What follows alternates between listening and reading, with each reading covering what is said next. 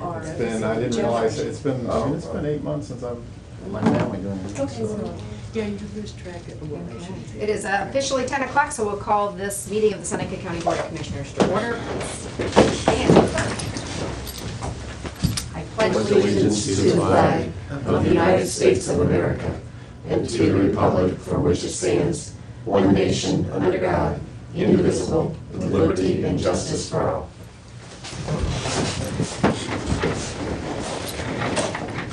Would you lead us with the prayer? Yes. Lord, we thank you again for this day. We ask for your guidance, your wisdom, and your grace. In Jesus' name, amen. Roll call. Commissioner Stacy? Here. Commissioner Zoller? Here. Commissioner White? Here. We'll have the signing of the journal and accept a motion to approve the DVD recording of the previous board session from Tuesday, August 19th, and the index. I'll make a motion as outlined. I'll second. Okay. All those in favor say aye. Aye. Opposed? Approved, thank you. Let's start off with Miss Rice. Yes, I asked Tia to come and talk to us a little bit after all of the water concerns and our neighbors to the northwest and so forth. I know I was reading some stuff on talks of some implementation of some plans, basically kind of fast forwarding them, and asked Tia if she'd come give us a brief update. Well, what's happening with, in light of the algal bloom that's happened with in Toledo in the recent few weeks, ODNR and state legislators, when they passed Senate Bill 150, they also passed a Healthy Lake Erie funding to basically fund. It was a pilot project that was done in Randy Jordan's area last year. Now they're expanding it to a multi-Western Lake Erie Basin project.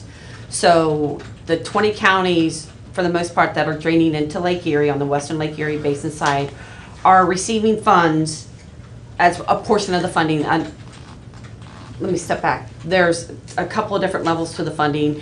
The public sewer systems are getting some money, and the farmers were going to get some money. The soil and water districts are each getting $50,000 to implement cover crops, blind inlets, and also drainage control structures and tile mains. So we're going to be working with producers to implement the cover crops. In cooperation with that as well is Secretary Villasek also released $2 million to the Western Lake Erie Basin for cover crops. So each county in the Western Lake Erie Basin got initially about 1,800 acres, quote unquote, enough money to do about 1,800 acres of cover crop. Right now in Seneca County, however, we have 11,562 acres signed up for this program. So we're hoping that we really did some. That's how good our communication level is with the producers. They knew about it, and it was a week time frame. They only had a week. They only have till today to sign up. It was announced last Tuesday. They have till today to sign up. And so we have about 11,000, as of yesterday, 11,500 acres signed up, which is almost, not quite, about $685,000. So of the $2 million, we could spend potentially that much. Will we get all those acres? We're not sure yet, but we'll be able to supply some of them. So there's just some efforts going on trying to combat the water quality issues. Understanding that really we haven't found the reason why these algal blooms are happening. Right.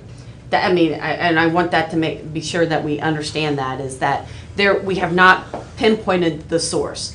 We have ideas of there's some contributors.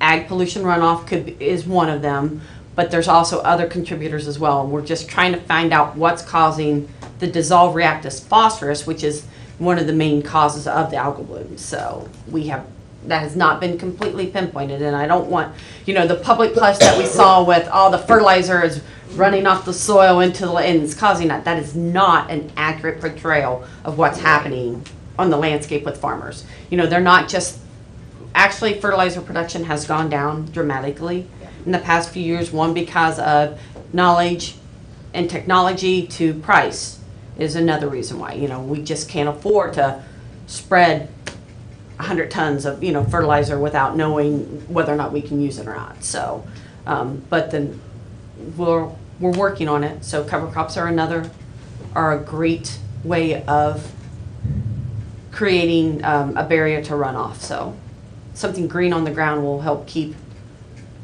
the soil and the nutrients intact in place, so. Who do they talk to at your office to sign up for that? Just about anybody, you'll have to pick a number. We've had lines every morning about 10 deep, Really? yeah. I first I've heard of that. So. Want to borrow the phone? I might. I've heard. Well, if you're rumors- in EQIP though, But I'm in CSP. well, there might be you might not be eligible, so, I know others who would So. be eligible. so. I've heard rumors that that part of the algae bloom is sometimes these sewer systems, they get overloaded, they just dump raw sewage in. Well, Is that true? well, it could be, Pretty disgusting. I can't tell you if it's true or not, but it's one of the thoughts that it's one of the contributors as well. The problem is not only is our tile system infrastructure failing, but also the sewer system, we've got home sewer systems that are failing as well. I mean, there's several, old sewer systems that are just not functioning properly that haven't been replaced, and we can't find those point sources because they're going into the tiles, and we don't know which ones are failing, which ones aren't failing. So that's a contributor as well. So there's several different, the overflows from flooding events from the municipality systems is a contributor. Overflow of what? Overflow of storm sewers and the drainage sewers into the, when they have a storm event and they have overflow that they're allowed to just, instead of treating, dump directly into the streams. That's a contributor. And there's several different contributors, and I think it's a conglomeration of everything. And there's some, we just need to find out what's happening. I mean, we haven't gotten a good, solid idea of why this is happening. So Totally off the thing here, but does this happen in other states? This water situation, this algae bloom, is this isolated to Lake Erie, or is it kind of in the other Great Lakes? Well, I don't think it's happening so much in the other Great Lakes. It has happened, like just Chesapeake Bay area, they had issues at one time. I don't know necessarily if it was completely all the algal bloom. But I mean, I really can't speak to the other states. But I haven't heard what we've heard with Lake Erie. Lake Erie is the shallowest of the Yeah, Great Lakes, yeah. though. Yeah, So there that's is. one of the issues as well, is because it is a shallow lake. When algae grows better in the shallower lakes. So, I mean, you'll see it on ponds. If you go by and you see ponds, if they're with no air movement, things like that, a lot of algae covers. It's happened in southeastern Ohio and like the Dillon Lake, Zanesville area. They've had the same algal bloom issue. You look at Grand Lake St. Mary. I mean, it's only 8 feet deep and it's maybe 10 foot deep in its deepest point. And that's one of the reasons why we're seeing all the issues there is there's no outlet there. So there's nowhere for water to flow out of Grand Lake St. Mary. It all just flows into it. So that's part of the issue too. So, I mean, there's a lot of contributing forces. And so to say that ag pollution is the main contributor, that's not a fair assessment, or is the only contributor. That's not a fair assessment. Is it a contributor? Absolutely. And I don't think you'll have a producer that would disagree with you, but they would disagree in the fact that they are not being responsible, because they are, for the most part. I would say 95% of the producers are responsible because, one, economics When you play say it. producers, what do you mean? Agricultural producers. Okay, Who okay. are farmers. Okay. They are responsible. They're following recommended guidelines from their crop consultants or CCAs or fertilizer dealers. They can't afford to put on more than they need because of the fertilizer cost. So, is that what you wanted? Mm-hmm. Okay. Yeah, I just thought it'd be helpful to kind of. Yeah, so we have received funding, and there's potential that we could receive some more funding. I actually just put a proposal into NRCS for a proposal to receive more funding. So we're working on it. We've submitted a few. We've actually got 3 grant applications in right now from the Soil and Water Office. One is a CIG, one's a 319, and we're working on a GLRI one for more funding to help put cover crops on more grounds. You'll start seeing signs here pretty soon. We got a grant to do some signage for promoting cover crops and promoting what the agricultural producers are doing to help the issues in Lake Erie. So when you're driving up and down 53 or some other roads, you'll see it'll say cover crops protecting our lake with our logo and everything on it. So we're going to be putting those out trying to get interest and making the public aware of what producers are doing to try to help protect the lake, so that they are doing things to protect the lake, so. You have a field day pretty soon at We, Miller Farm? we do, coming up September 18th, we'll have a cover crop, no-till cover crop field day. And then there's also a no-till, the Ohio No-Till Council's field day is in Marion this year, September 9th, I believe, cover crop day. So there's a lot of things planned. We're doing, Brett's out there promoting cover crops like crazy, working with producers, so. They're doing some good things, so. Thank you. Thank you. Appreciate your time. Anything for you. Good information to share. So. So, okay. Well, it's important people realize that, you know, there are impacts of that in this county Definitely happening. so. And, you know, actually, we're already in the works, it's just a matter of, yeah. I mean, we are probably one of the strongest counties with cover crops. I mean, we do have a pretty, NRCS is combining counties across the state of Ohio. Our county is as a standalone county because of the workload and because of the impact that we have with conservation practices. So we get to be a standalone county. We don't have to merge with another county. So from the NRCS standpoint, not soil and water, the natural resource standpoint. So we do get a lot of conservation practices on the ground in Seneca County. So pretty proud of that. Yes. Good job. All right. Anything else? Thank you. No drainage questions? No. Good. I'm getting out of here. Might change your mind, or go. Good, that's right. See ya. See ya, thanks, see ya. It's, I suppose, should we wait till Earl is here, but it's scheduled for 10:30. Do you know if anybody else coming to hear anything? You never know. Guess we better make you wait, Earl. I'm You're okay okay with with that? Okay with that? Mr. Zach, did you have anything you wanted to talk to us about and need to get moving on before we start with any? Nope, just want to be here and accessible. Okay, Don't always get to come every time, so when I can, I try to come. all A lot right. of great things going on. We appreciate that. Absolutely appreciate that. Okay, well then we will, any adjustments to our agenda? Anybody needs to add anything? I was just gonna touch on new business, the Industrial Management Council meetings next week and how we wanna Okay. divide up what we're gonna talk about. Anything to add, Fred? Yeah, I'd like to kind of give an update. I had a meeting last week with the ADA thing for the Board of Elections and kind of give you guys an update on where that is and so forth. Nikki or Stacy, you have anything to add? All right, let's start with that old business and let's start with the ADA Board of Elections. What did you learn?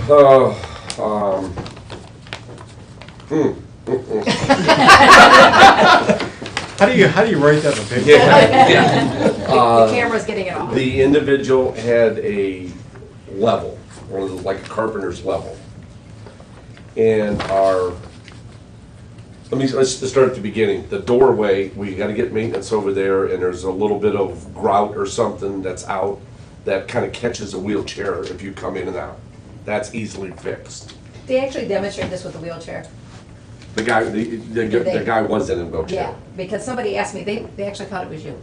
Asked me if they asked, was Jeff over there trying to go in and out with a wheelchair? And I said, not that I'm aware of, but the ADA person might have been. Yeah, but then the other issue, and it's, he said that we could most likely contest it.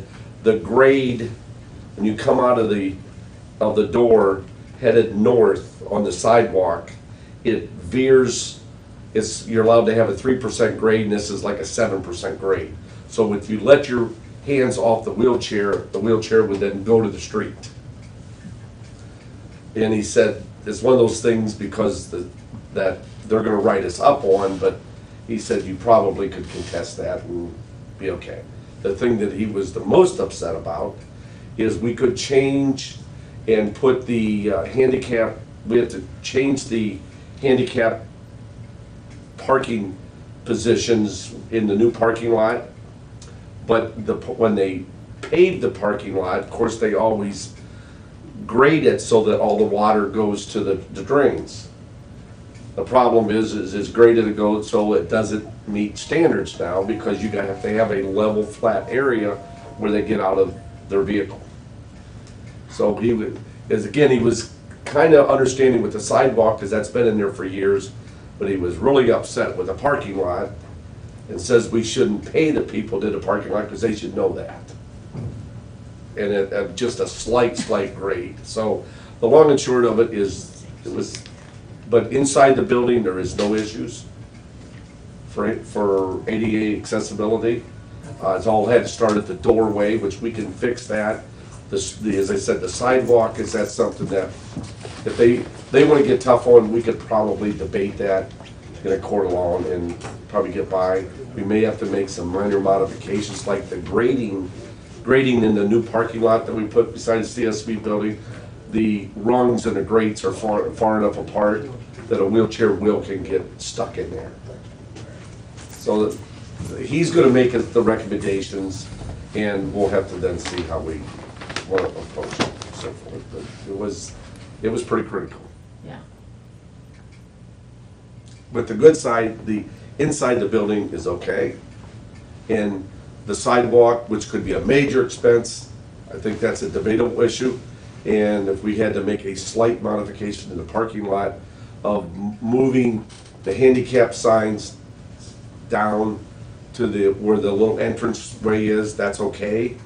And then anything, just put a little layer of blacktop on there to make it level. I mean, if you had to do something. So I think it's all easily remedied issues there.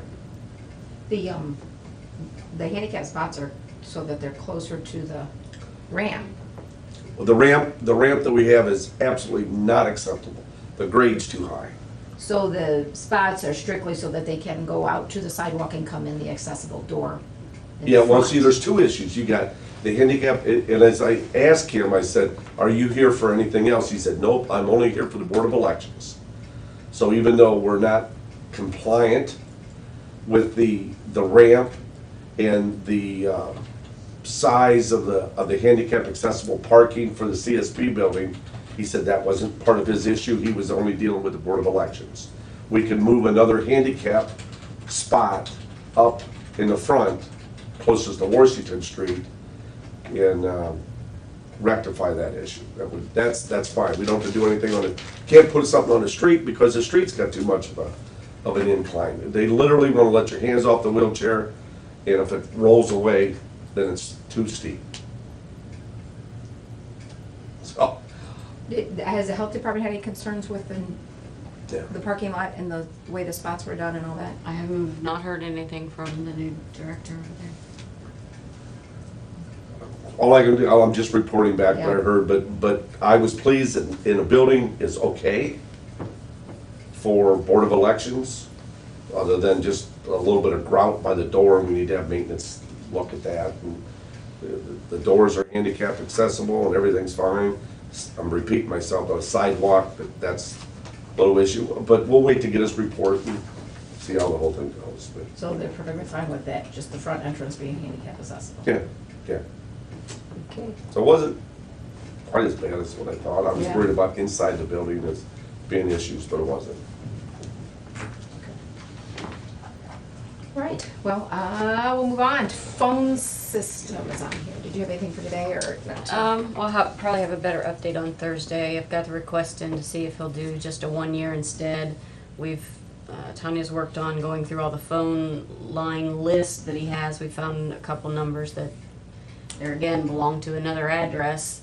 I've called them and the phone just rings and rings and rings and rings and rings. They're not our phone numbers and it's not even our address, so. But we're getting billed for it. Yes, so he has to go back through and find out how long these have been on our bill. So, Are we gonna get the $10,000 a month we've been charged? Has that been erased now, or is that? it's still there. He wants us. So they're still selling, we're still getting a bill that's $10,000 a month. Do we have assurance? Because matter of fact, I talked with the PUCO about this, and, I mean, we've got every right that we can expect that money back. Yeah, he, And if not, the individual that you were calling at the PUCO is the right person, and Okay. he could put the hammer down on them okay. if they need to, because it's just not right. Yeah. What's going on. And I think they have told the gentleman at the PUCO that, you know, we've got the contract in hand and we're working on it, which we do have it in hand. The prosecutor has approved it to form, not content. We're responsible for content. That's where you asked me to ask him for a 1 year contract instead, and, Legally, he- they can't do that.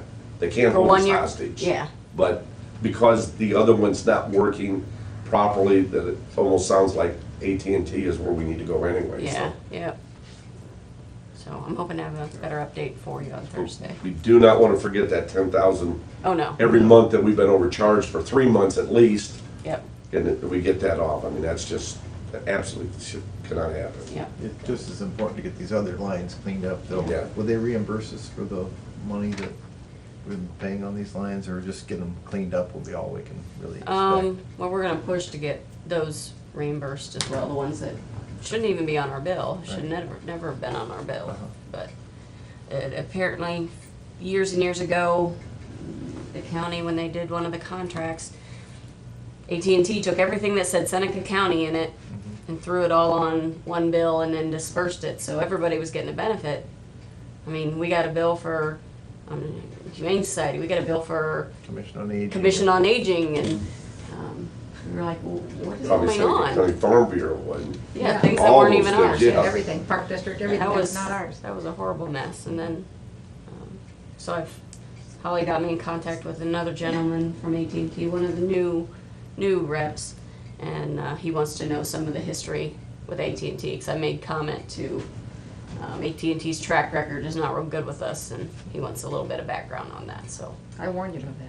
yeah, Well, we appreciate you working on this. I know it takes time, and yeah. But we'll get our you'll get it. yeah. Airport, I think maybe just a reminder, was there anything else anybody wanted to report? We have the open house tonight, starts at 6:30. We're there till, what, 6:30, 8:30, is that what we kind of put out there? It's not a hearing, it's just an open house we chose to do. We thought that was best interest of all parties involved. Any questions? Are you gonna open that up as chair and Yeah. kinda give the ground rules and stuff? Okay. Yeah, yeah, and since it's, I'm envisioning some people they won't all be there at the start, probably the majority will be, but they'll come and go. I'll get out there early and talk with Brad and Pat and get the lay of the land of how we're gonna do it with whenever the majority's there, but obviously tell people, or if it's just individually as they come in, okay, if you wanna see the master plan, go here. If you wanna talk about the upcoming, immediate immediate things that are gonna happen or long-term, I don't know, however it works with what Brad and Pat have to show and share, so, Pat is gonna say a few words, though we're anticipating Pat saying a few. yeah, Okay. yeah. Okay. And it just, again, depends on how many people are there when. Right, right. Well, there'll be a pretty good crowd out there. Oh, I think so too. Again, kind of, in my mind, the objective is to, so everyone understands what the regulations are that Brad has to adhere to, and to kind of inform the residents that if there is any suspected tightening regulations that are coming forth, Yeah. at least to look in the window that, hey, there's, in the window of regulations, is there new things coming down? Yeah, And what are they and of course, that's a crystal ball, and there's no, what they can say today could be changed tomorrow if government decides to do that. Then you had done or was that everything? Airport, I have another. Oh, yes, I know. I think I forwarded you the email. I got a letter from Midwest Appraisal. They sent a bid to the airport for a new appraisal for the last property that we just signed a contract for. FAA is requiring another appraisal to be done. We don't have the appraisal done, the contract can't go through, we won't get the funding, so. The first appraisal, we paid for that, right? Yes, and they're asking us to pay for another They appraisal. didn't think it was complete enough, didn't like the value, who knows? So they want Just- another one. They just want. It hasn't been too much time lapsed, we only did that last year. I have a real problem and a real concern on this. Can we not buy the property? From what I understand, it's just kind of the backyard is the one that's in the regulation. Instead of buying this property and tearing it down, can we buy it, put deed restrictions in there that nothing could go on the back, and then sell the property back? Instead of just spending taxpayers' money and tearing the house down when it's just kind of the backyard.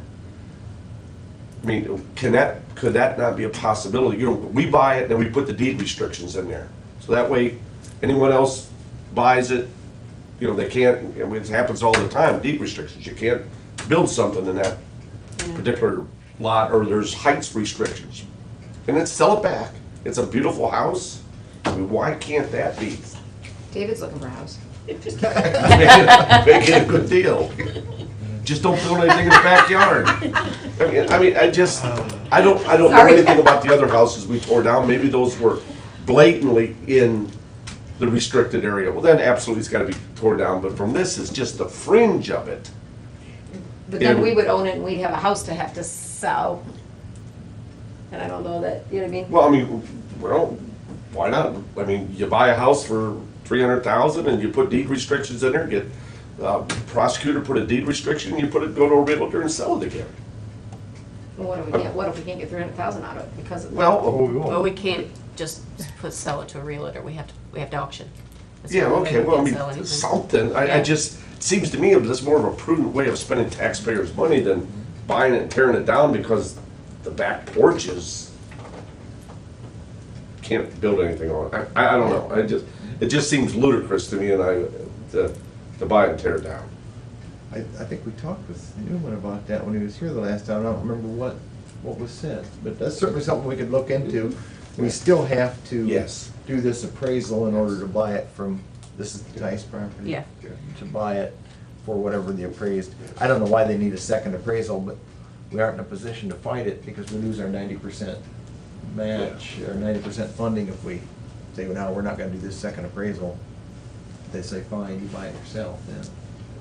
And that's fine, and we may be giving, you may have to give FAA the money back. I don't care, it's taxpayers' money. I mean, FAA doesn't make money, they get it from taxpayers. It's not something that's gotta be done now, but it just seems to me that discussion needs to be at some point or other. Yeah, lost Eric. But the grant is all for tearing it down. No, that's just for acquiring. Yeah, just acquiring it. There would have to be additional, which he's done for us before. We get the money for the purchase, and then he goes back for grant money, usually the following year, grant cycle, and he gets the money for tearing it down.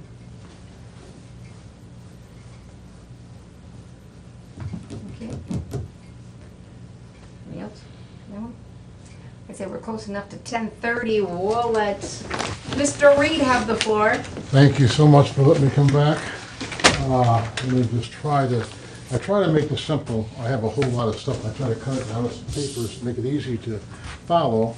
This is give you some, I want to talk to you about different elements of what we've done and where we started and where we are, so we don't have any.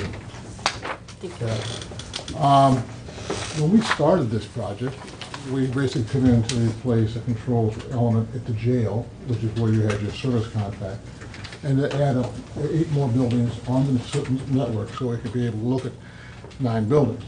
We've installed all the controls, everything's in the buildings. We also had to do a chiller replacement at CSB, which is installed and in place. We had to do a change to the CSB air distribution, which basically are the vents in the ceiling, and about 24 new ones in there, so that plus some changes for heating in those units. We had to put some VFDs, variable frequency drives, on the air handling units to improve the efficiency of the motor operations on those units, which we did. Then we also had to replace a portion of the roof at CSB where the new chiller went in, and that's a kind of a step process as you go forward and replace the rest of the roof. And you need to think about that pretty soon. Anybody need to put that in place by no later than next spring. I do the first part and then go forward from there. What was that cost when we were doing that in thirds? We're doing, it's about about $46,000 a year. It's under $50,000 in thirds. It stays under $50,000. And we still get the You get a when it's warranty done. for the whole thing. When it's completed, you'll have the 20-year warranty that you would normally have had if you did it all in 1 year. That's what we negotiated with the roofer, he'll live with that, so. The jail, I'll talk about jail, that was a big issue. All the rest of the buildings, basically were thermostat and system monitoring replacements, which we did. The biggest area we had issues with is the RTA building. We'll talk a little about that. Probate court had some issues, and I'll talk a little bit about that. CSB, I just wanted to kind of give you a few things. The roof replacement plan and the boiler replacement, we did some work for you. We didn't charge you for that. That's just part of what we do for counties to try to make sure that they get the best value. So we reviewed the boiler estimates and the boiler and put some information out, got some additional quotes in as it was the original quotes you got, and were the best quotes you could get. Also, it was local vendors, which we kind of like to see you be able to do with. That worked out well.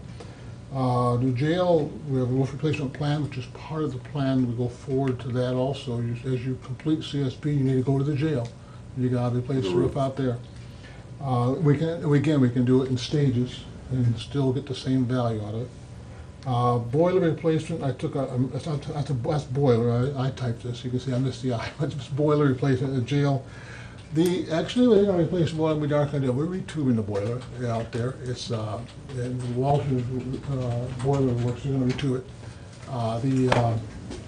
It can be done, we talked about a lot, if you try to replace it's $150,000, you retube it's about 40, and you can they'll get more life out of it. The boiler's only 20 years old.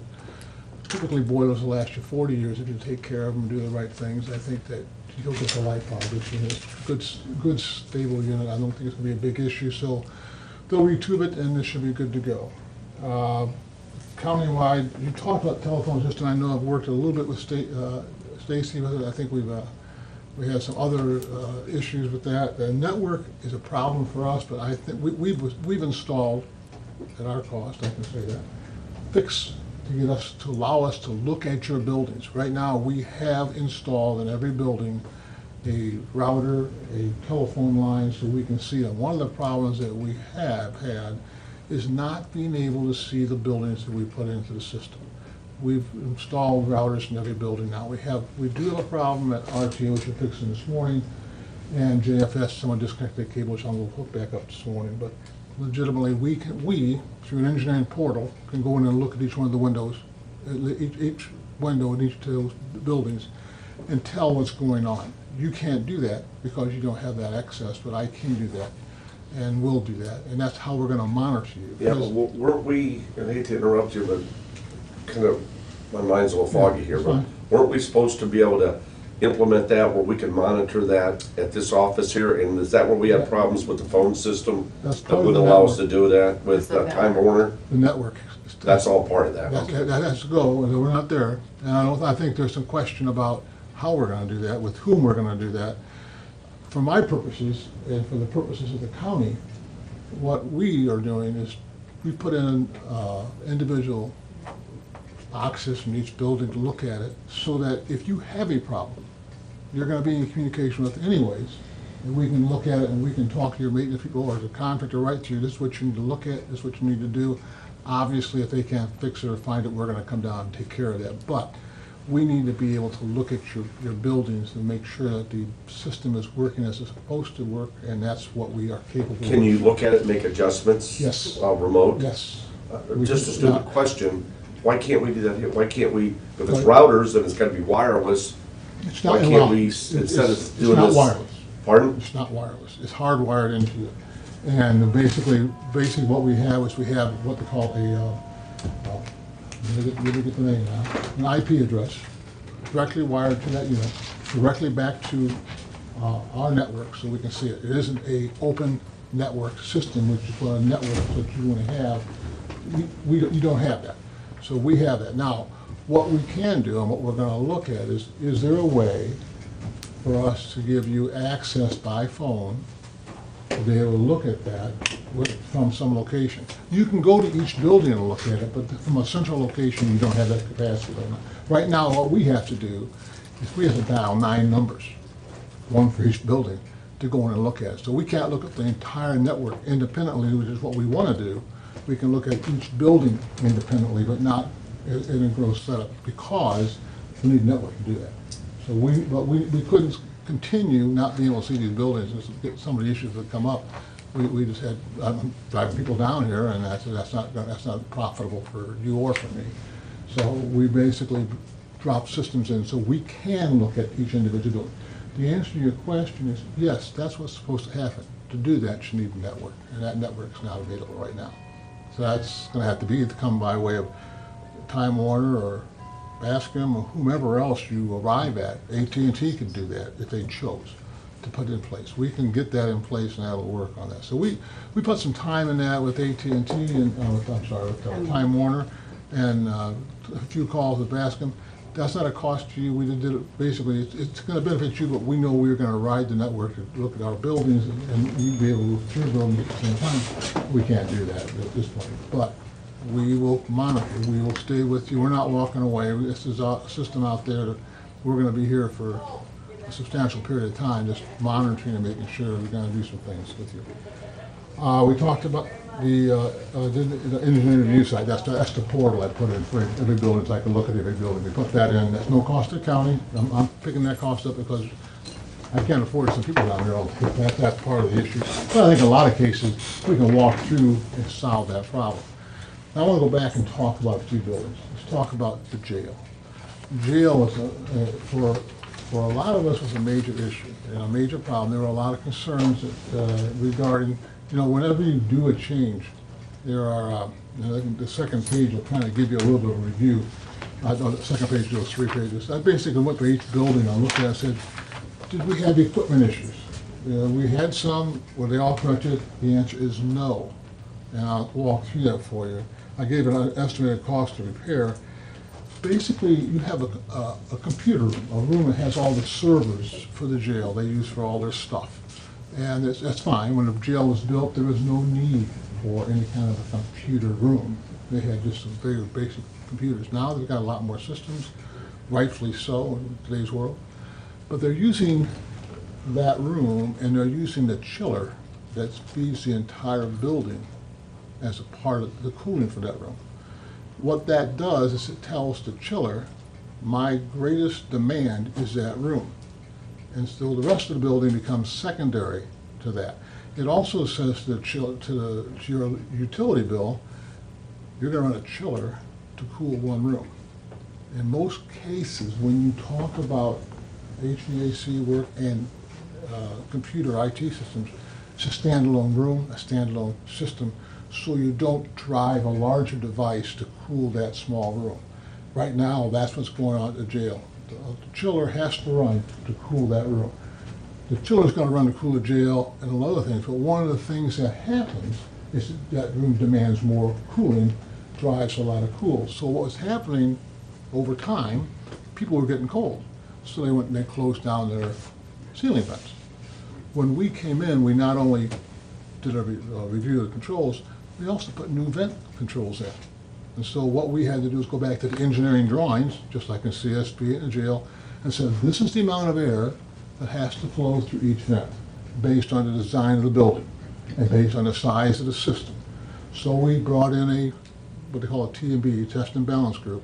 They relay out all the vents with that distribution of air. Well, what that meant was that people who formerly were getting cold got cold again, because basically we're starting to put air into them. And so they're getting cold and complain, hey, I'm cold. And guess what? The server room is getting hot because this wasn't getting all the air it was getting before. Because the air that was going there is now being distributed appropriately around the office area. So that's why the server room got warm and the people got cold.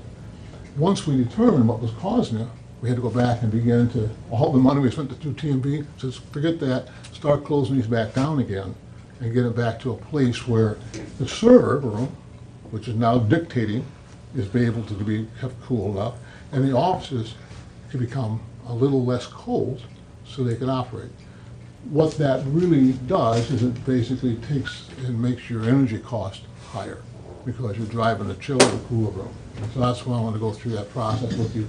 It was a problem for me. I couldn't figure out why we having this problem because we put everything back the way it was supposed to be, but really there were enough changes made. And they made the changes, and I don't think it was maliciously done or inappropriately done. They said, we want to get enough cool that room, we want to get the people from being cold. So they made those changes over time.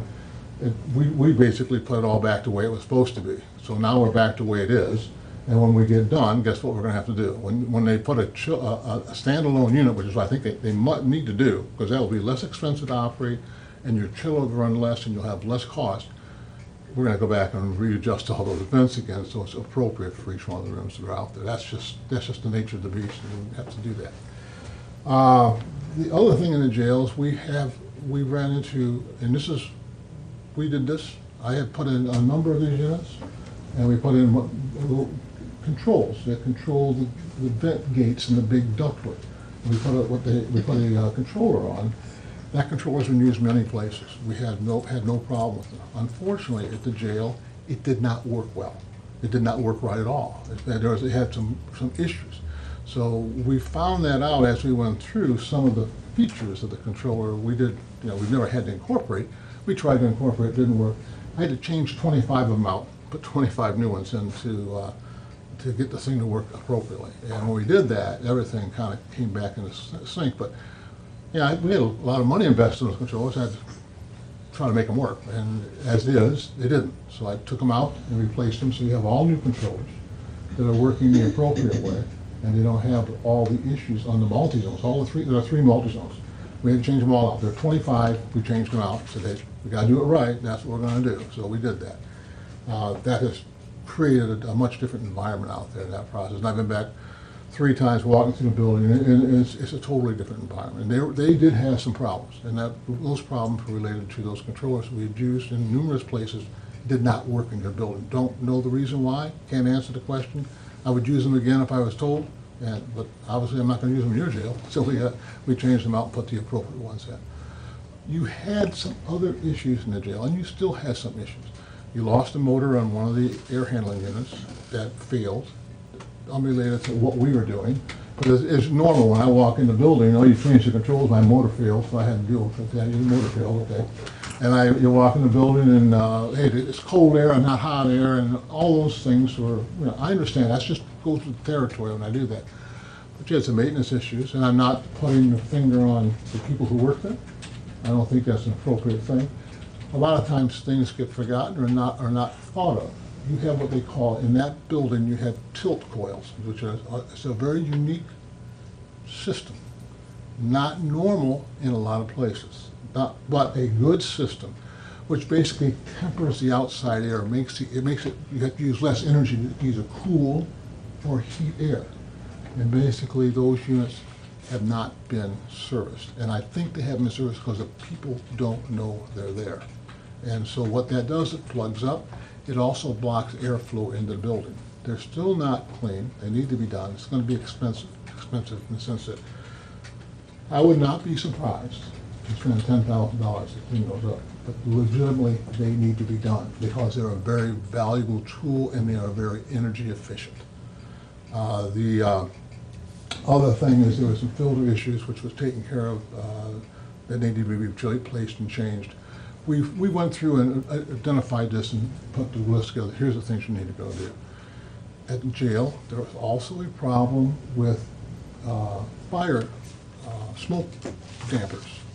And that occurred when they had a failure or a smoke alarm system kick in, which was unrelated to us because we don't touch those things. But I'm in the building and the guy is the problem. So we finally got through with the fire department, the fire group, and they had a problem. We worked with them and that's cleared up. But they were working actually in reverse. Don't ask me why. I don't touch those things. We're not qualified. We're not licensed to do that. That's why we don't touch it. So the jail had a lot of individual, unique elemental problems, but the problems are not necessarily because of bad people. When you put a control system in, 3 things happen. You find out what condition your equipment's in, you find out what condition your maintenance is in, and you find out what level of training your people have. I call it the EMT thing. It's just my little thing. You got people who do EMT for safety for people. They bring people alive, make them better. EMT at buildings makes them better, brings them alive the way they're supposed to be. Legitimately, that building had all 3.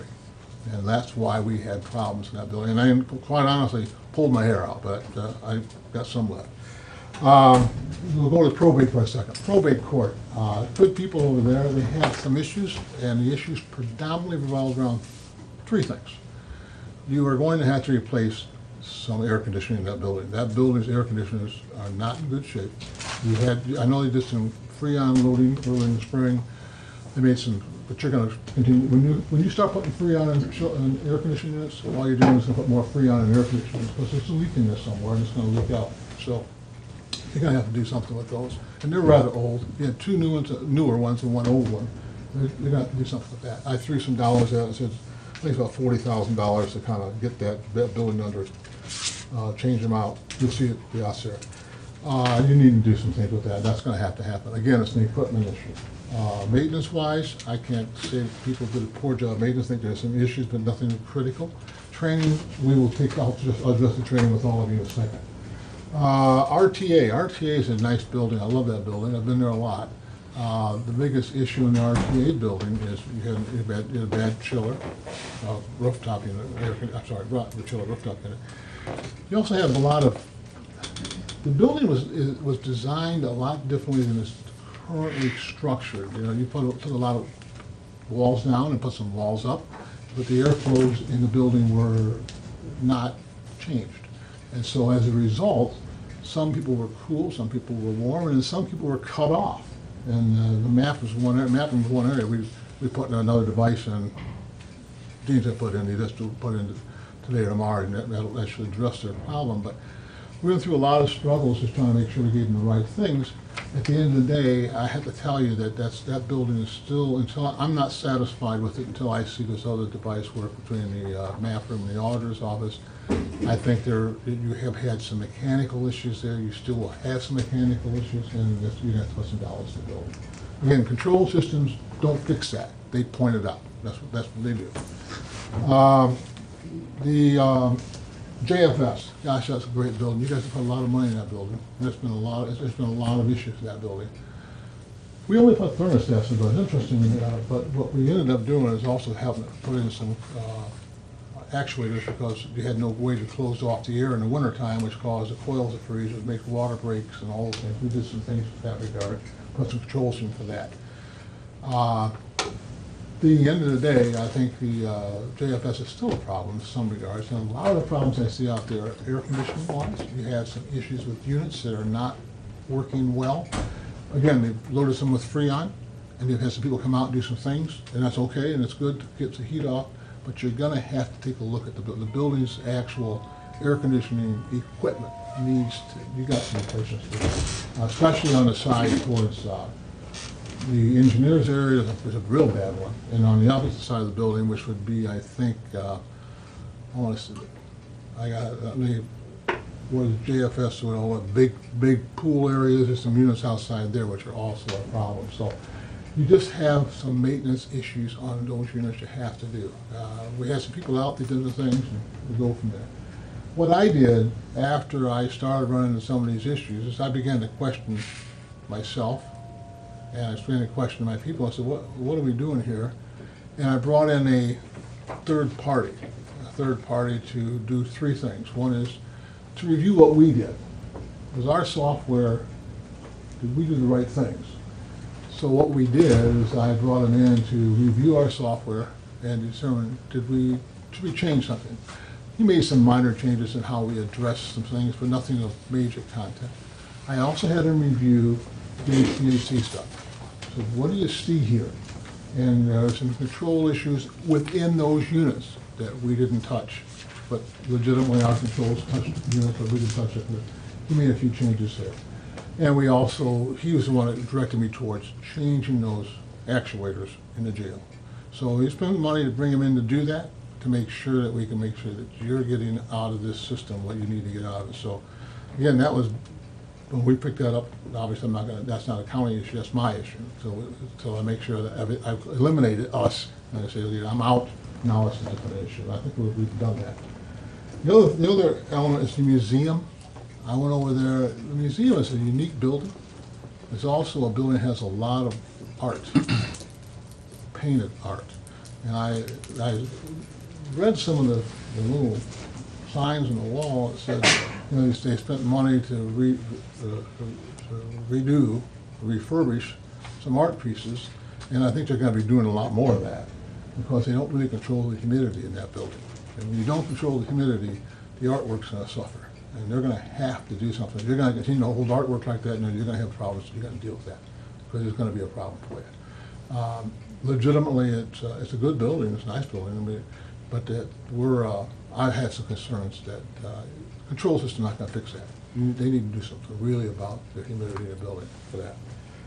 So those are the things that I saw building-wise. Let me talk about training-wise.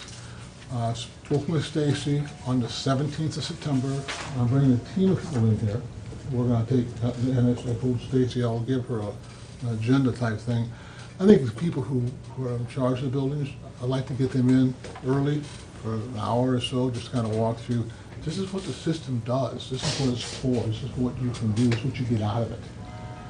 And then let them go back to their buildings. Then I want to hold on to the maintenance people, and we're going to sit down and I'll show them how they can plug into the ports at each building. We'll go through that and let them play to their heart's content, and we'll walk through that so that they know what they're doing. And we're going to, what comes with that is a number of things. One is the whole set of drawings, all the information on the equipment that's installed, and all the repair information, all the order data. A list of phone numbers. If you have this problem, do these things, a checklist type thing. And then phone numbers. If they have a problem, who to call? Not only just your local people, but us. How do you get a hold of us to do your service 24/7, whatever we have to happen to do it. And then you get from, if that's the 17th, I'm anticipating October 1st. That starting October 1st, 2014, for a one-year window, we're going to be monitoring you full-time, all the time. That you call us and we can tell you what's going on. That's part of the contract that we said we'd service and provide. I wouldn't start it towards to the point we've done the training. That's when we'll start. So October 1st, 2014, until October 1st, 2015. At that point, October 1st, 2015, we'll do a couple of things. We'll be back at a 3-month, a 6-month, and an 11-month window. And say, okay, let's make sure that you're ready to go live. If you're gonna choose to engage somebody else to do the overall oversight stuff, we're gonna provide you with 3 things. We're gonna provide you with a contractual language issue that will force whomever, and I say force is a pretty strong term, but it's going to direct them. They cannot install equipment or systems in here which will close up your network and make you become dependent on that one firm. What you had before is what they call a closed network. We're giving you an open network so you can be able to use anybody that you want to use to service your equipment and your software. The nature of the software we put in is an open architectural network. So that will be there. So we'll give language to you that you can bid out. If you're going to bid this, you must follow this format. And you cannot go outside of that format. Because if they do, then they try to lock you up with a contract that says, no, here you are, sign for me all day long.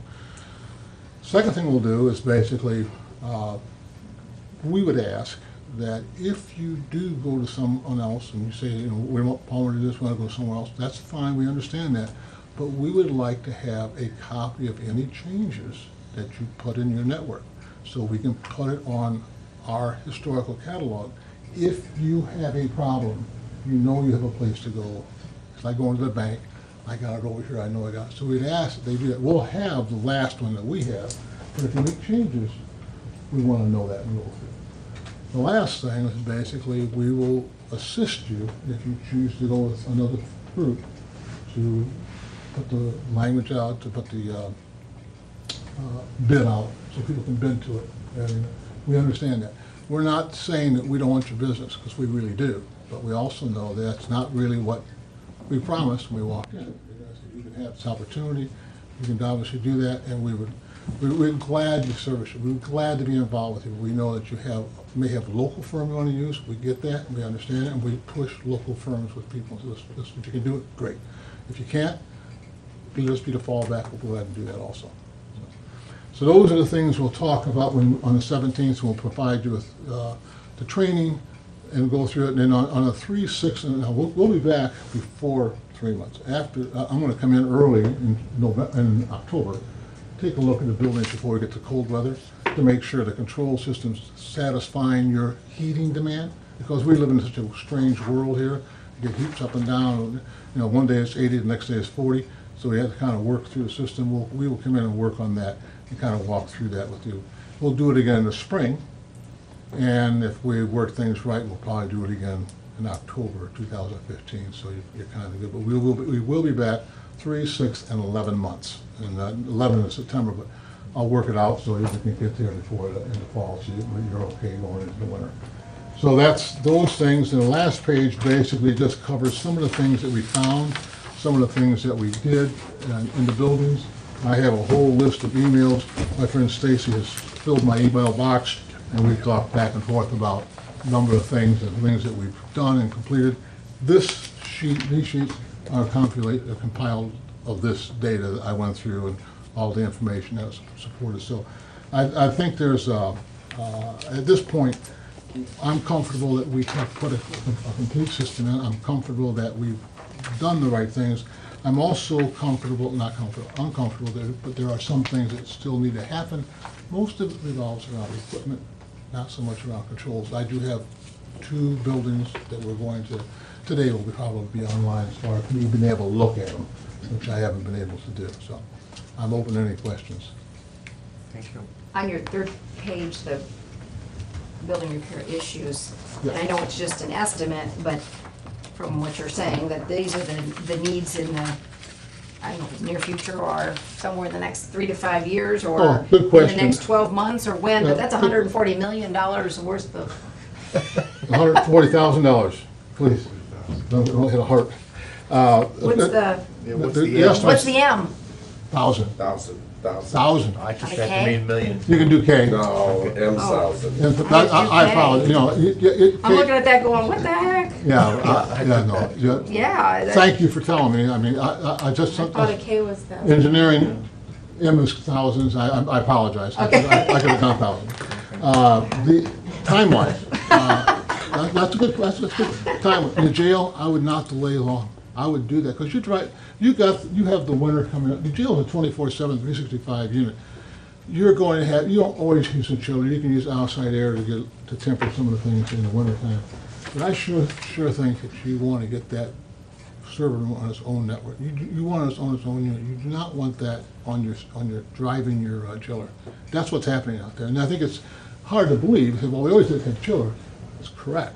But that office area is taking the impact of that, because basically you get not good airflow, or you get too warm or too hot areas, and that needs to be solved. The JFS building, I just forecast plan. You're going to fix it again in the spring. You have leaks.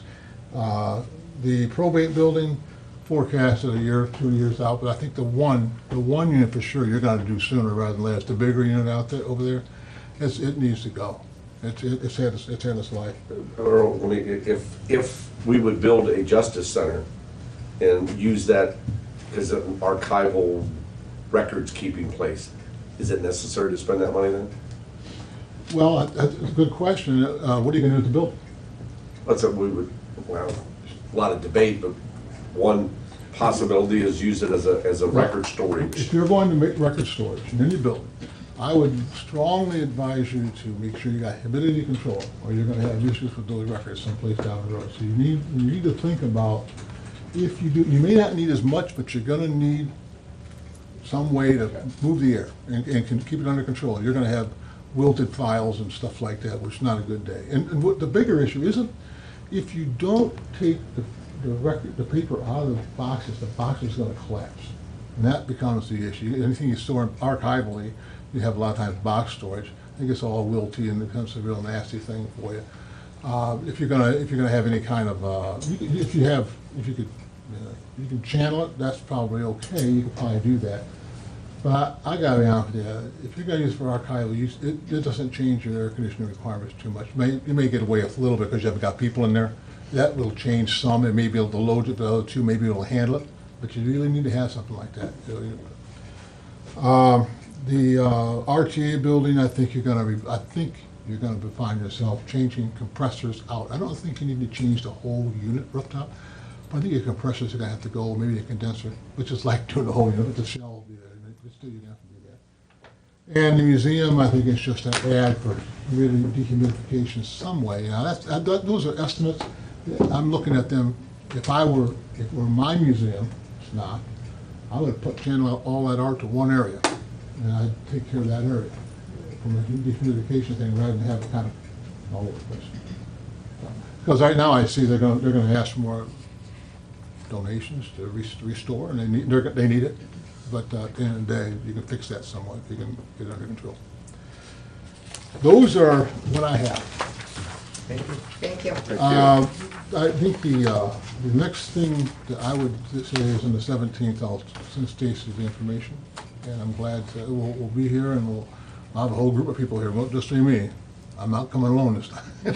I'm bringing reinforcements, but we'll have people here to go through the process and train the people, and hopefully that'll be a good event. And obviously, if any one of you like to attend, great to have you, and I think it'll be a good thing for everybody. And then we'll talk from there on what we're going to do. And I want to just reinforce, we're not walking away.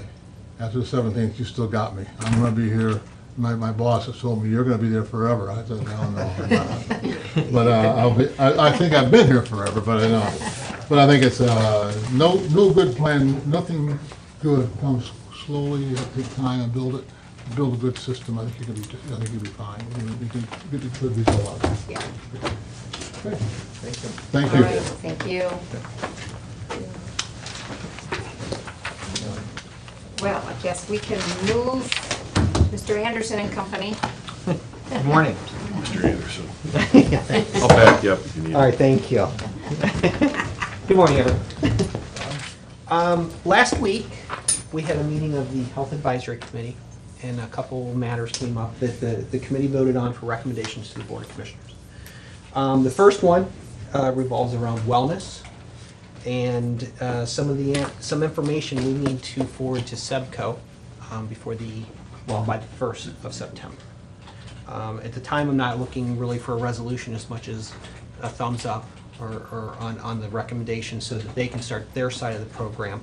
Once we get into the open enrollment periods and things where resolutions are being completed, we can probably just incorporate these decisions as part of that, however you've done in the past.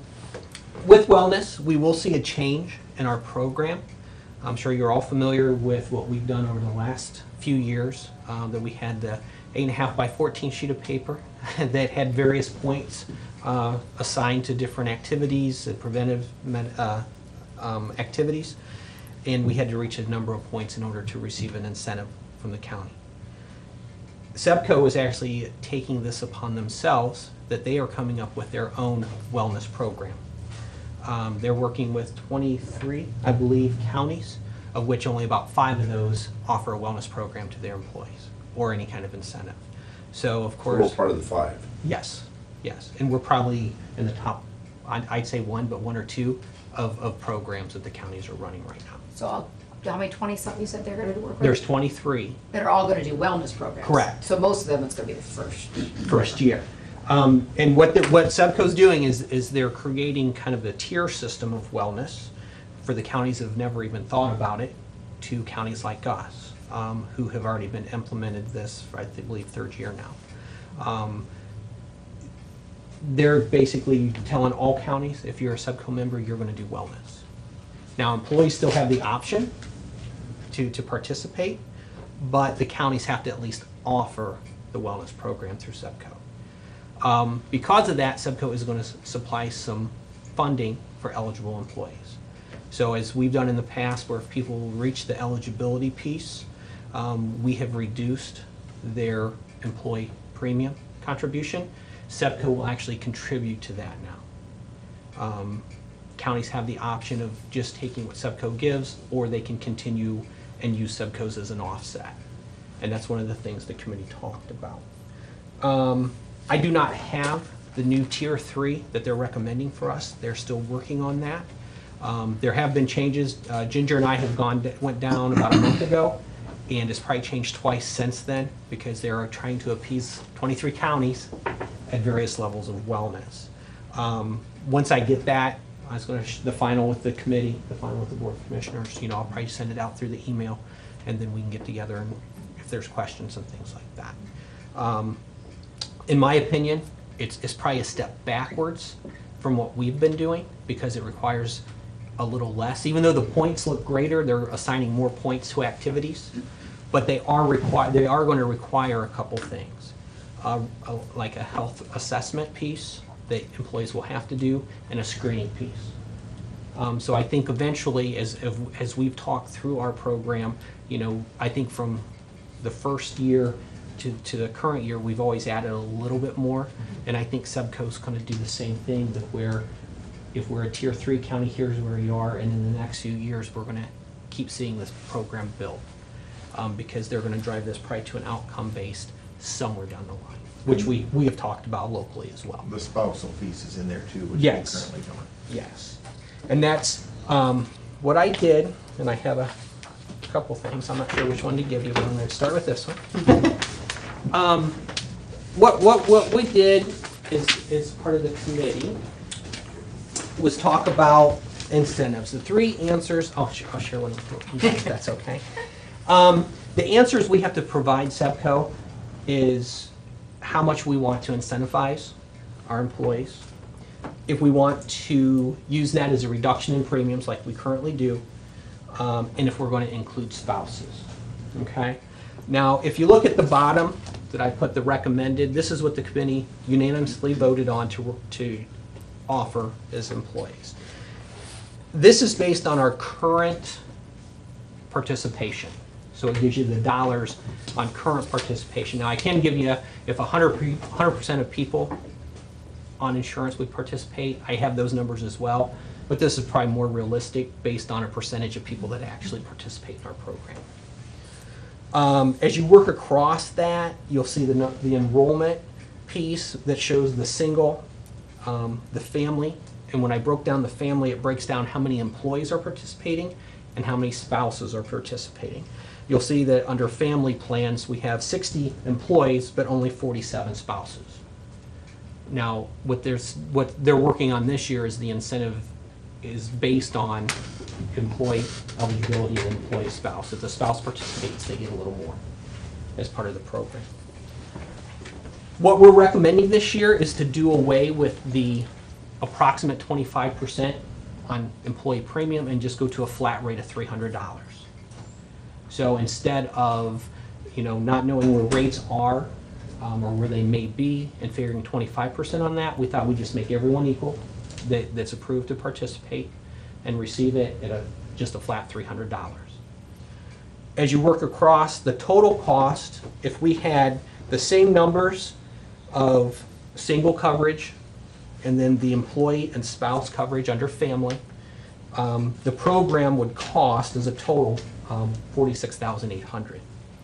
Now what Subco is doing under the Tier 3 program is they will actually contribute $200 for employees only. So we could receive back from Subco $21,800 because they will not reimburse for spouses. We're going to recommend that we include spouses because we've started that, and I think there is a benefit when we include the spouses because of the costs we see in dependent insurance claims. But the bottom line is if we offer the $300, the numbers are the same, of course, the county's going to reduce their cost over previous years, and they'll only have to spend $25,000. Currently, I believe we're probably in the 50 range that we're paying out of county funds. So, the big thing is Subco is they're taking notice. They see the importance. Of course, their liabilities rest on the health of the people on their programs, so they're willing to administer a program, but then also provide assistance to counties for the incentive piece. So our recommendation would be that we do the $300 instead of the 25%, that we apply that towards the employee premium contribution, and that we include the spouses. Even though the spouses will cost the county the full amount, I do see a benefit to do that. And even by doing that, we will reduce our cost over previous years. And we got no reimbursement from Subco before. No. So that you're gonna get $200 back on the employee, whether they're a single or a family. Correct. think this can be done within the health insurance fund yet for another year. Right, and actually, this will actually be payable because we're always a year ahead. So currently, what we're doing payable in 2015 will be based on the 25%, because that's what we kind of laid out there. So this will apply to what's payable in 2016. So as we plan ahead, this new wellness program will be implemented in January of 15, payable beginning January of 16. Are we completely then on a calendar year for next year's wellness program? It's actually going to be shorter. They're going to start it the 6th, I believe, is a Monday of January, and it's going to run through the middle of September. And what that does is allow them to track it, get the money back out to counties and those kind of things. A lot of this will be self-reporting online. So just as you would go into a system and register for just about everything we do these days, everyone's going to go in, set up their own account with password protected, and then everything that they finalize on the wellness program will go into the system. Now, as far as like your medical checkups and preventative stuff like that, since it's SEPCO and Anthem, they will get that reporting also through them. But a lot of if I run a 5K, that will be a self-report. And they're going to see how this goes. They actually contracted with a company called Staywell, who does this across the nation. So you're going to require some maintenance on, like your offices have taken care of a bulk of things, and obviously that self-reporting is going to lessen that, but there's probably something. We will else in still there? coordinate. I was gonna There's say. still going to be lunch and learns. We'll still do newsletters. We will still coordinate different community activities that people participate in. The piece that we will not do is, right now everyone turns all their paperwork into Ginger. That's the piece we'll lose, which I'm not sure she I was minds at going all. to say, that's probably okay with that. Yeah. So will it have any of the components, I mean, did SEPCO ask us, because of where we're at, I know you said you haven't seen that yet, and we won't have that to show us, but like some of the community service things, some of the give blood, some of the different things we did. Right, that- and it are will those have, unique, or are those not unique? I don't know. some of those, you'll see some of them carry forward and some will not. Okay. The preventative piece will be there as far as your medical checkups and those kind of things, the screening, and like we have the health assessment, but now they're going to do one that they receive. They will actually Staywell will come in and do health screenings. We did these years ago, but they will come in any time of the day. So for the 24/7 operations, if they have to come in at midnight for a shift change, they say they will do that. That was, in the past, it was a struggle if we contracted with the hospital or someone. Right. Then it was normally between 8 and 5, and we missed a lot of our 24/7 people. But they will coordinate that with us. And that's all covered by SEPCO, it's not an additional Right. contract we need to do. Right.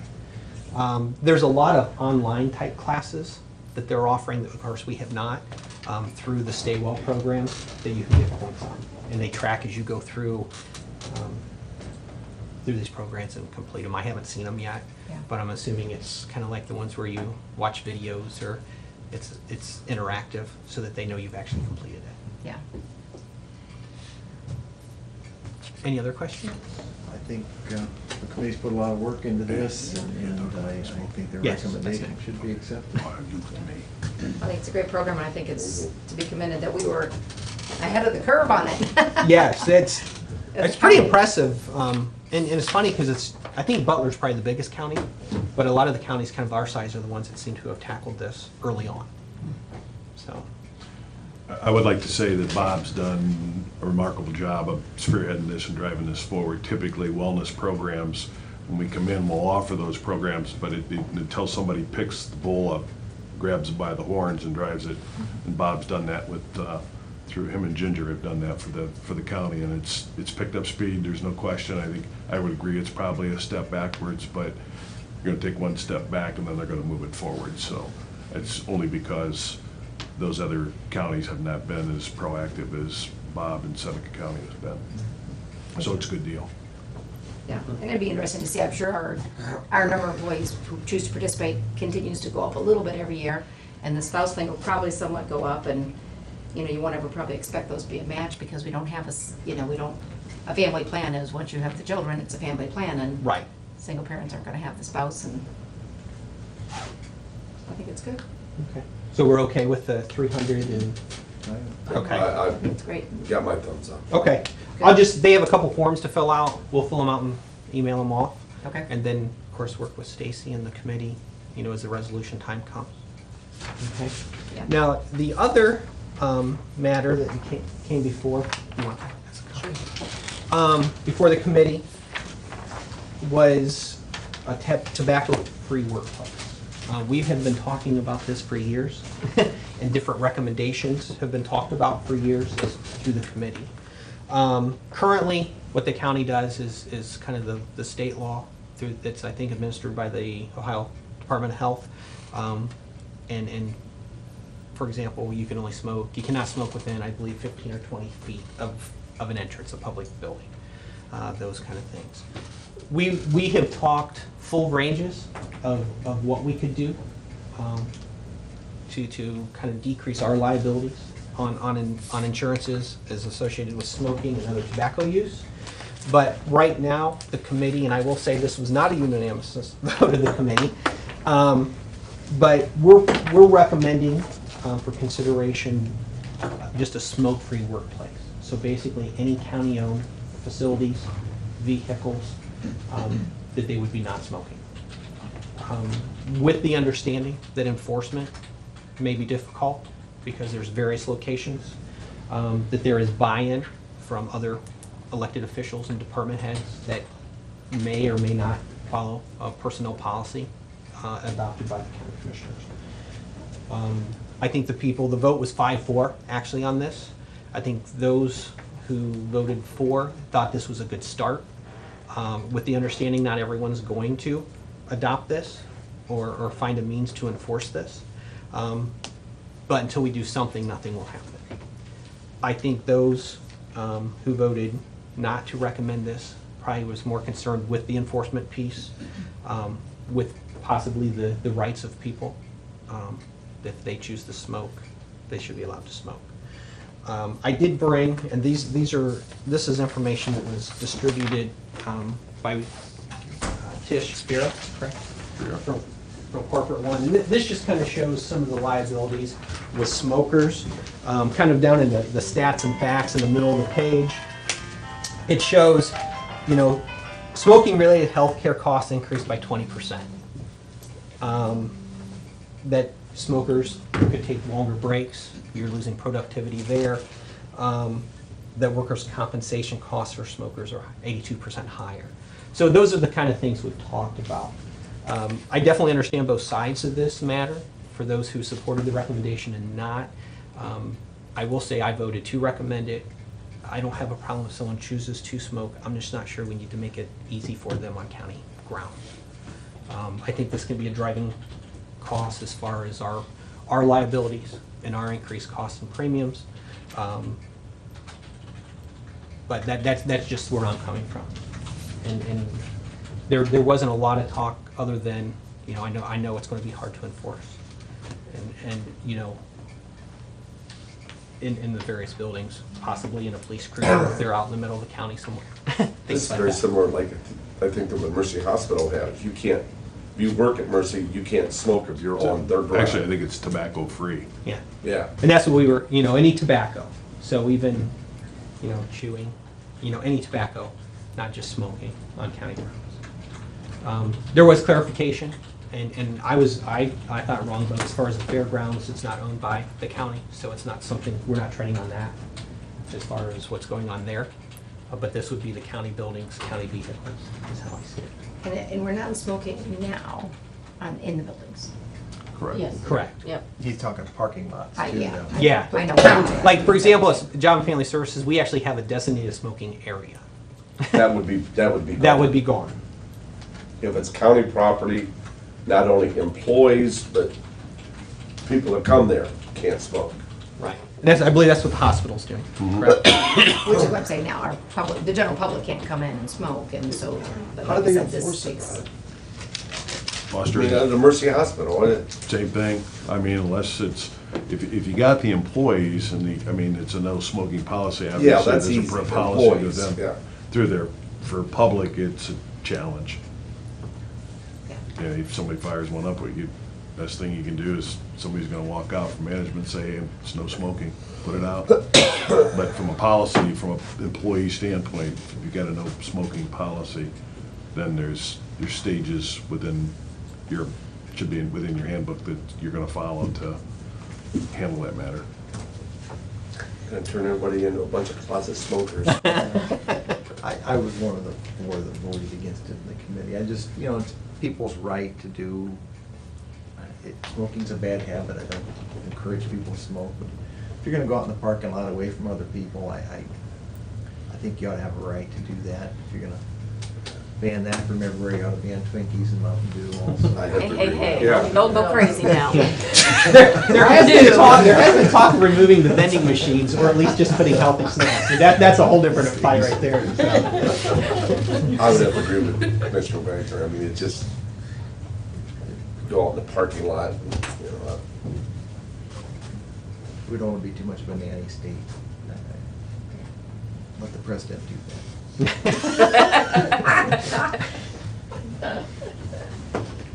So, and like I said, that's just the information to put in there. I'm not asking for any decisions today, but the committee did want to recommend this, and then whatever actions. What's our policy say, Dal, on the vehicles? They're non-smoking. No I believe. smoking. Okay. Yeah. And I think the only two departments that have officially asked us that have a smoking area is Job and Family. I think the engineer does, but all the rest of the buildings seem to have cigarette butts. And we have at least 2 elected officials that Yes. fight up once in a while. Yes. Ooh.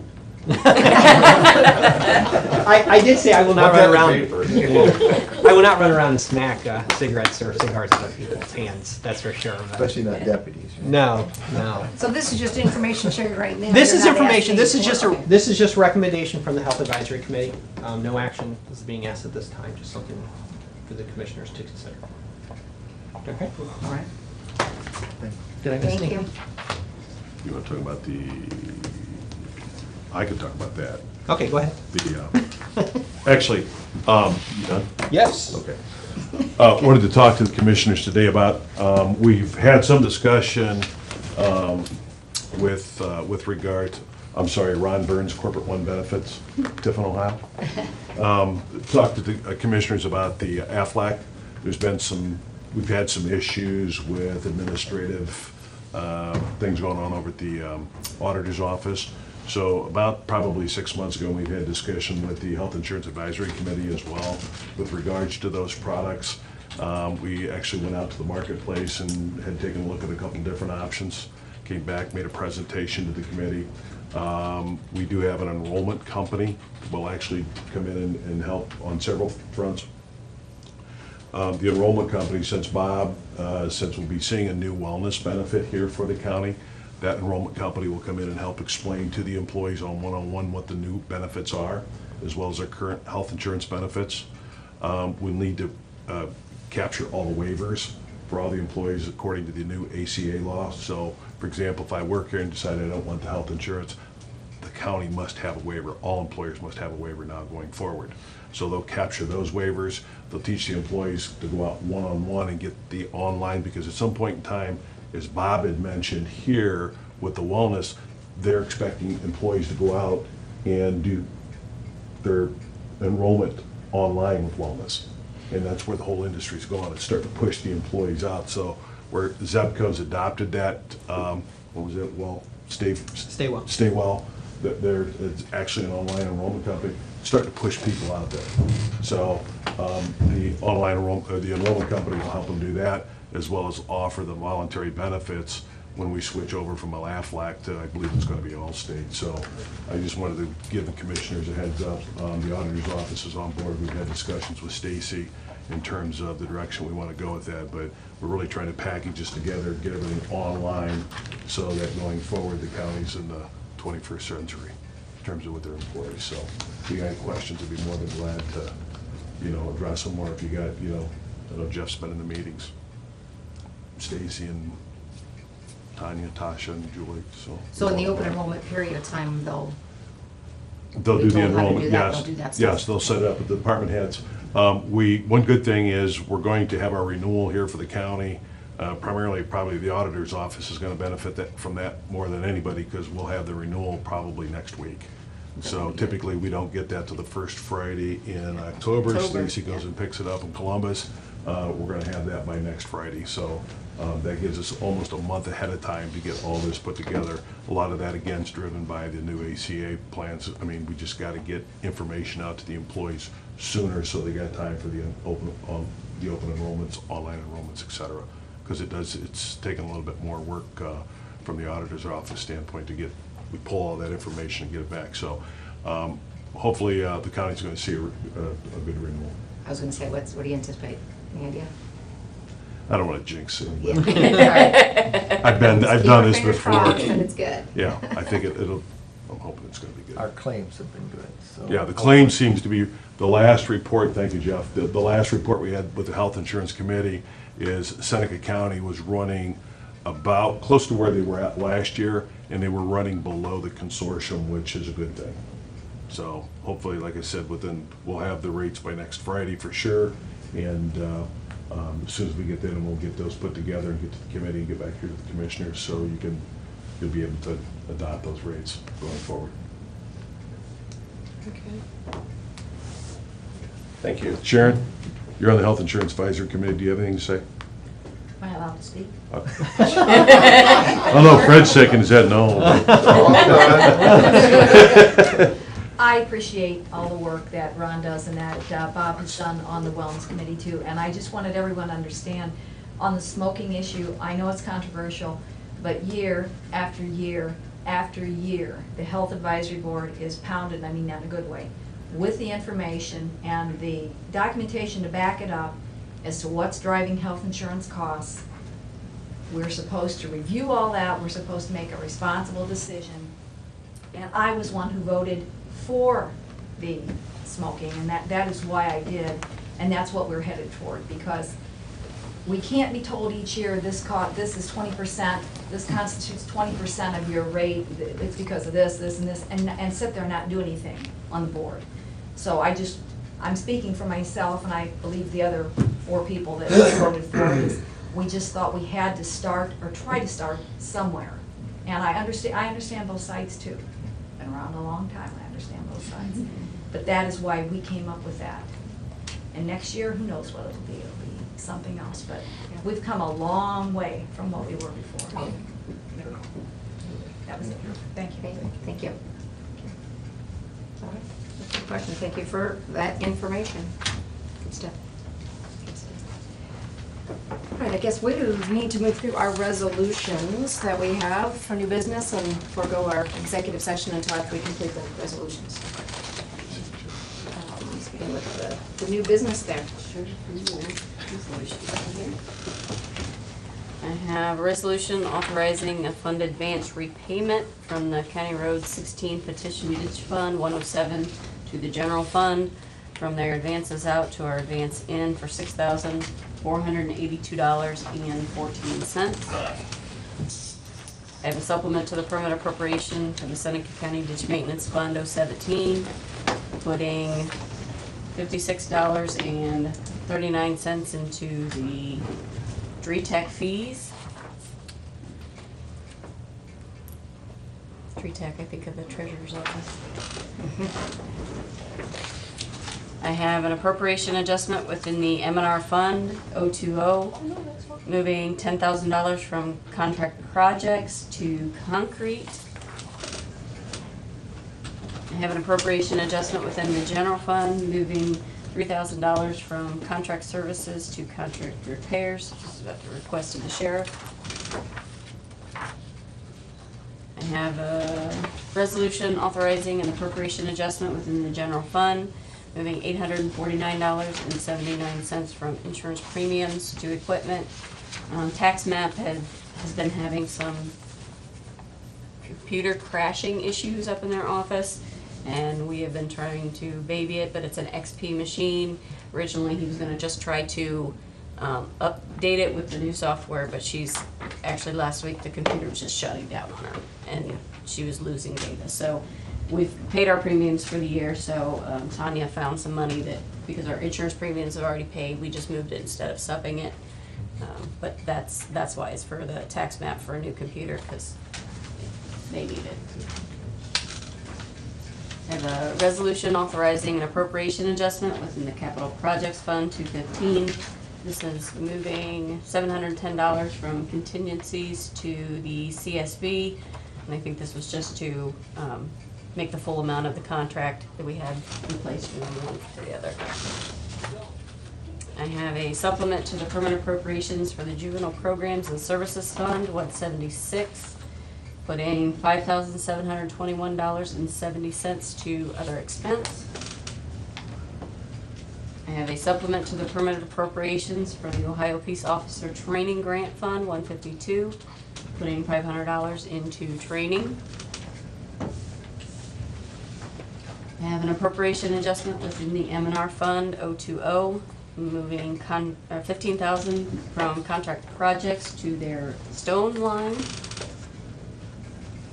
I have an appropriation adjustment for the Public Assistance Fund, 030, moving $55,000 from contract services to public assistance, $30,000 from salaries to public assistance, and $80,000 from salaries to public assistance. Moving $165,000, this is for, will allow the agency to continue to pay for the TANF Summer Youth Program and the PRC program expenditures for the calendar year for eligible Seneca County clients. And then we get reimbursed for that. I have a resolution reestablishing the members of the Seneca County Health Insurance Advisory Board. And when we met the other day, the health department no longer has an HR representative, which that was the title we had on the advisory board. She is now, and the administrative she stepped up. She's an assistant administrator, administrative assistant. So that's the only thing that's changed on this resolution. We've changed HR from the health district to administrative assistant. And I will hold the other two in case there's any discussions. I move we approve the above read. Second it. Okay, I'll get a motion in a second to approve the resolutions that have been read. Any questions? And the two that are identical in all aspects, but they are two different projects, I assume? Or they just needed to be handled separately for the M&R Fund and the Stone? She's put two different lines. One of them is the .01 and the other one is .04. I don't know if that means one's road and one's Okay. not. I don't know. Okay. But we called her to make sure that that was correct. She talked with Tanya yesterday too. Well, I guess I'll take it back, the amounts.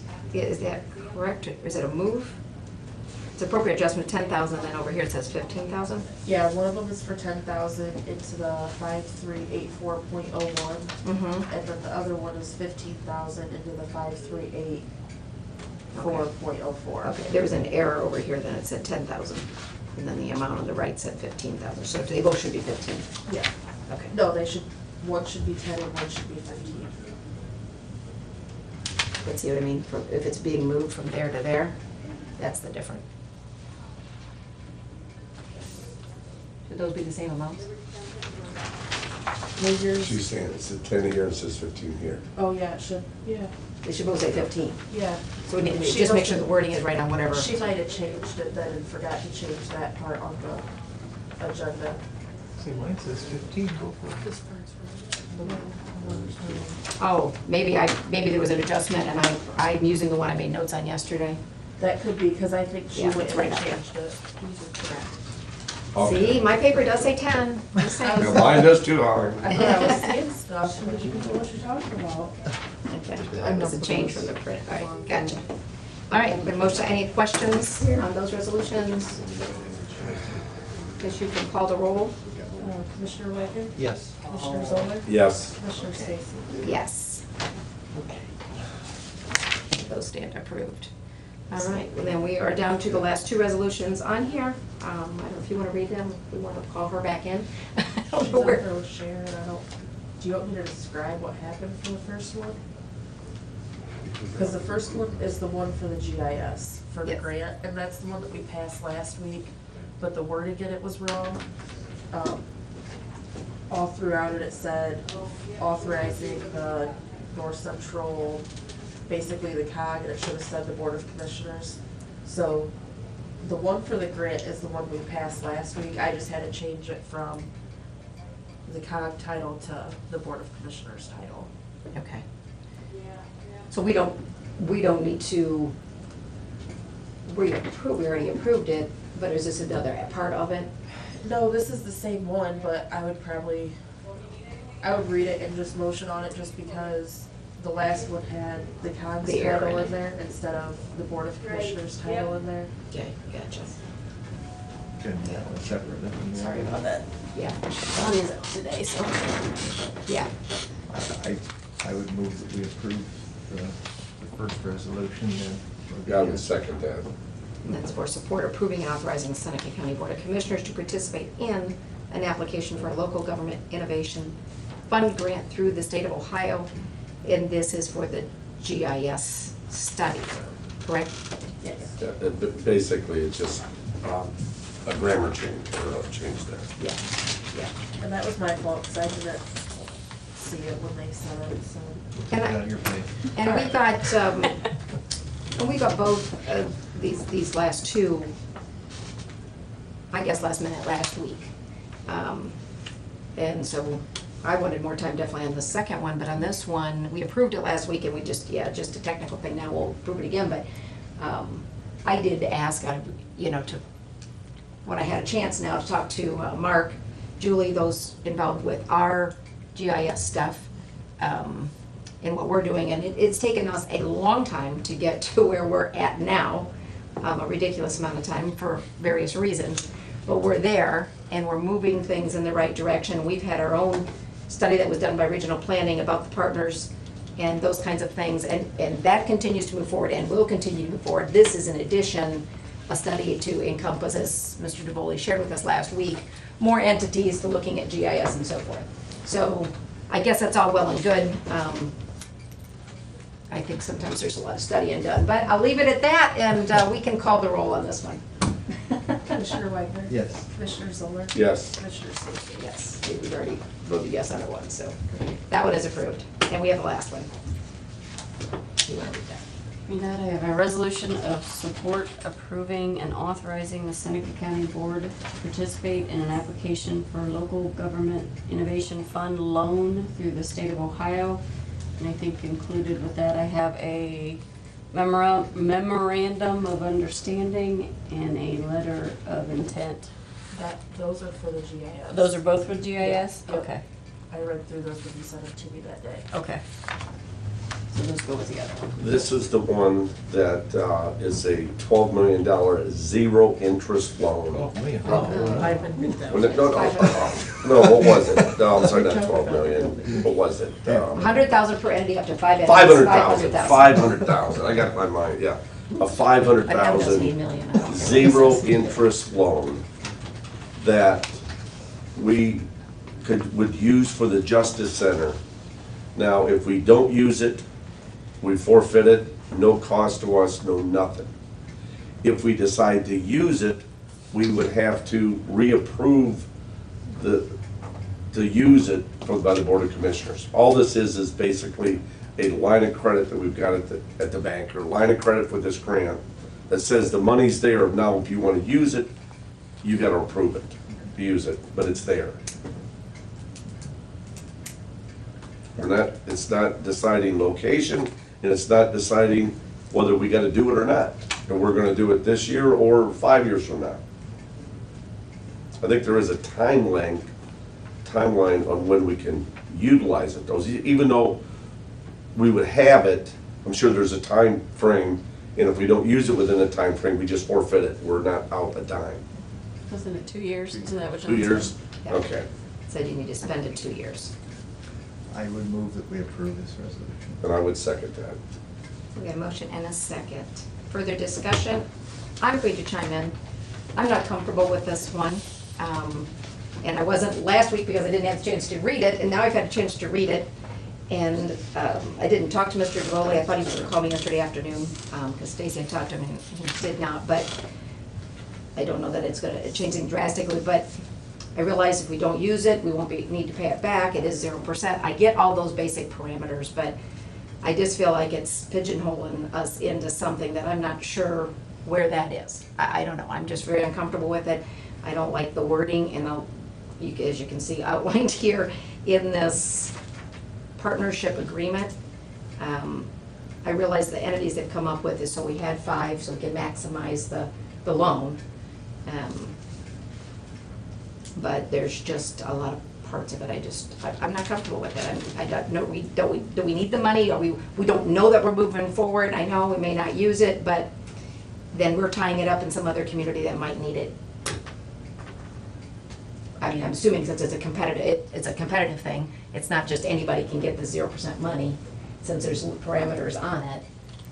But that's my opinion. So, other comments? No, call the roll, please. Commissioner Wagner, Yes. Commissioner Zoller, Yes. Commissioner Stacy. No.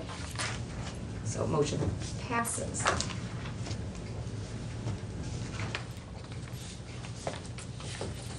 You're right, no one. Yeah. Any other, any other, nothing resolution-wise? And you wanted to talk about I the just- IMC meeting? Yeah, that's next Tuesday night, and I don't know if we're all going or not, but we have to kind of divide up what we're gonna talk about, so we don't all talk about the same thing. I thought I know, is everybody going? I'm going. Yeah, I can go. Certainly what I've talked about is the 53 project in, That's what I thought you'd talk, I put down, I talk about the budget, just overall budget, and maybe a little about foster care or issue 1. I can talk about the sewer, Okay. the Norigo sewer project, and What time is an it? update on the EMS stuff if we want. That'd be great, that's a great time. 53 and a quarter, then the Justice Center thing, since I've been involved with it. What time is that? 5 o'clock registration or social, and 5:30 is dinner. Where's it at? I should know. I part think of it. I'm Camden. thinking Camden, Yeah. we just got the I added invitation it to today. and I added it to the calendar, and I put it on there. I think it's Camden. 5? And if the mayor speaks and Rex speaks, we don't wanna blabber too long or something. Right.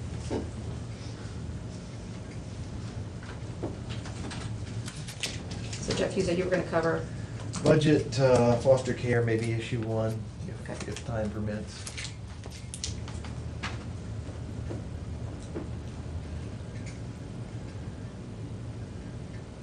Fred would do the 53 and Justice 53 Center. and the Justice Center. Well, we each take 10, give Fred 3 minutes. There we go. What's this? We're each gonna take 10, give you 3 minutes. That's fine with me. That is perfectly fine. Boy, and a note, if I may make additional comment on the previous resolution, I did not talk to him, so I don't know if there are any things of that to consider, but I had a call into John Larson, our bond counsel, just out of curiosity, because a line of credit's a line of credit, and it affects things, and so I wanted to, I was curious if there was any impact to that for something like this, that it was competitive, but I talked to him, but he needed to look at it, and I didn't hear back from him, so I didn't have that, I don't have anything there to share, but that was just part of my thinking. Good. I didn't fail to, I skipped right over that little note on my paper here, so. Anything else for the good of the order? And if not, we have a need for an executive session for personnel and whatever all that line is that I need to say related to personnel, good stuff. So I'll need a motion to go into executive session. I don't know if there's any comments. Oh, citizens' comments, we can do those. Yeah, sorry, thank you. We can do those because we probably intend to have no action after the executive session. So you don't want to stay on any citizens' comment? Okay. Seeing none, motion for executive session? I move we go to executive session for personnel. And I second that. Motion in second. Call the roll, please. Commissioner Wagner? Yes. Commissioner Zoller? Yes. Commissioner Stacy? Yes, and it's 11:44.